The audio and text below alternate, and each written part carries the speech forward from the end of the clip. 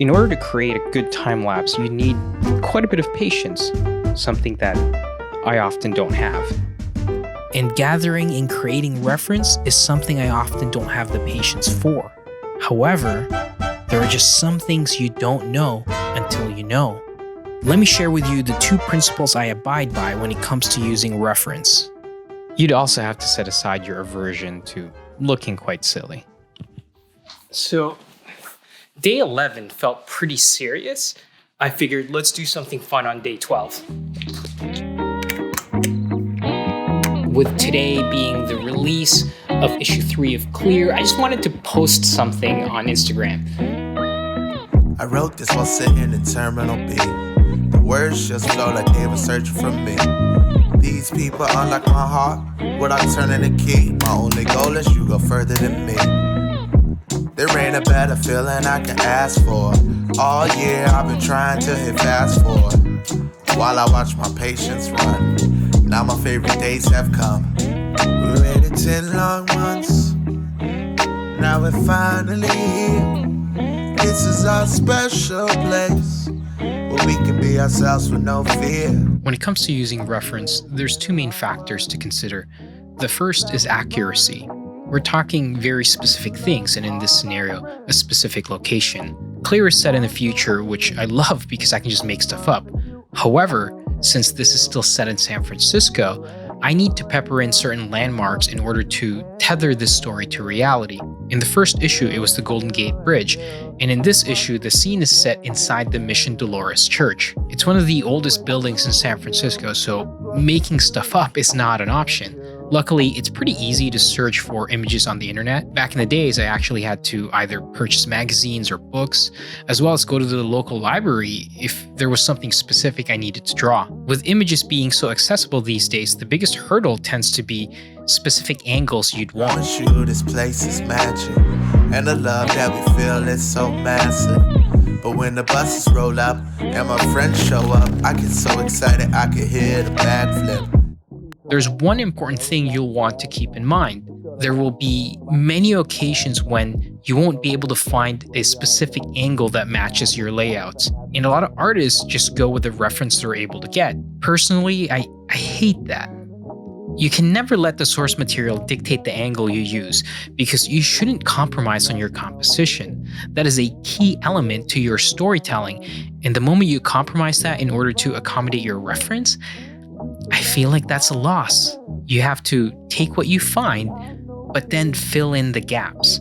Every detail doesn't have to be a one-to-one portrayal. Rather, you focus on the defining features of what you're referencing. In this case, I couldn't get super close images of the church, so I focused on the general shape and drew on the atmosphere of the scene to either obscure or abstract some of the finer details.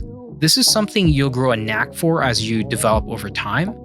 Sure, you may get called out by someone who is an expert on that location, but your main purpose here is to convince the reader they are at this location, not to be a historian.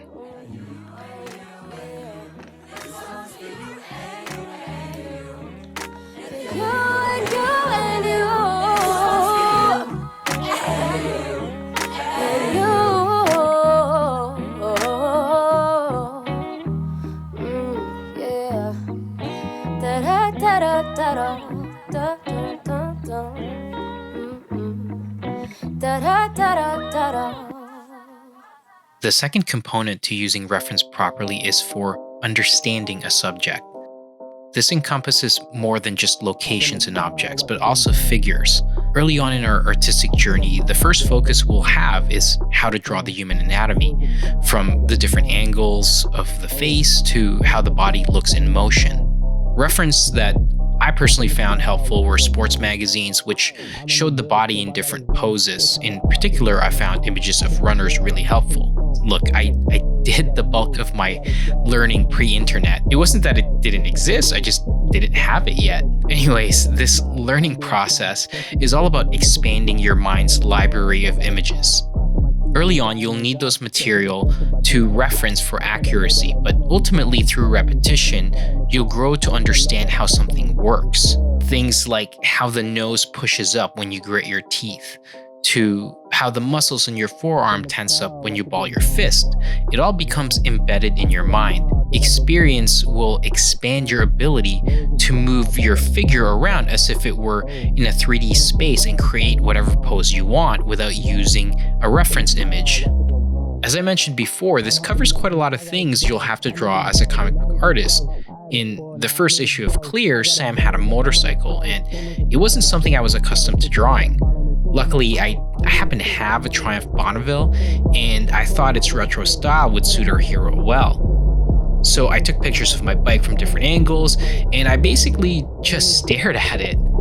Even though I have a lot to do today, I just felt the creative urge to exercise a different part of my creative muscle and do something that would offset the seriousness and the tense feeling that I've been having over the past few weeks. And I just wanted to do something fun and creative, and I've made a mess and I got to clean this up. I got to get to work.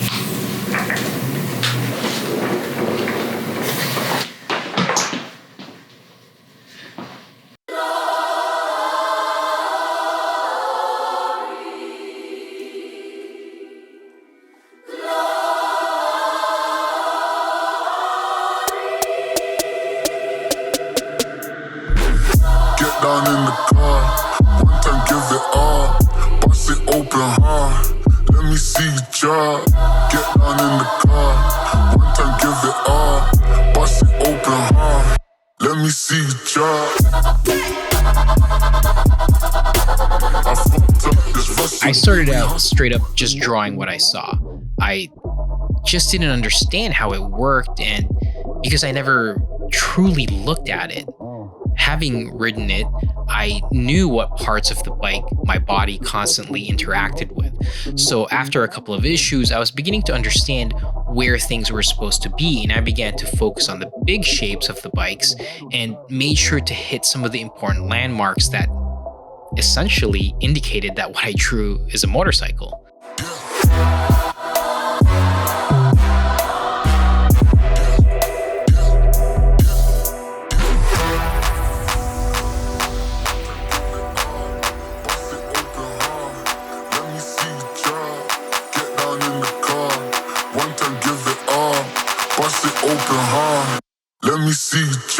What you gain from understanding a subject is your ability to extract from that knowledge and apply it to another. When you learn how to draw a car, you'll likely have an easier time drawing a bus or an SUV. Once you've drawn a horse, it becomes easier to draw a dog. Anatomy has some overlap from species to species, and objects with similar functions have similar designs. So a couple issues in, I don't really use reference for my bikes anymore. I got what I needed and I moved on. Now, are my bikes 100% accurate? Hell no. But when it's drawn and in motion, it looks real enough. Let me see you try. There's a danger in relying on reference too much. It has the opposite effect of infusing reality into the drawing. Instead, it makes it look lifeless. There's a certain bounce and nuance to our mistakes. It makes our art feel more alive. It lets you know that on the other side of the drawing is a human being. And with a little bit of patience and experience, hark how the bows, sweet silver bells, all seem to say, throw cares away. Christmas is here, bringing good cheer to young and old, meek and the bold. Ding dong, that is the song with joyful ring, all caroling. One seems to hear words of good cheer from everywhere, filling the air. Oh, how they bound, raising their sound. Oh, hill and dale, telling the tale. Gaily they ring, all people sing songs of good cheer. Christmas is here.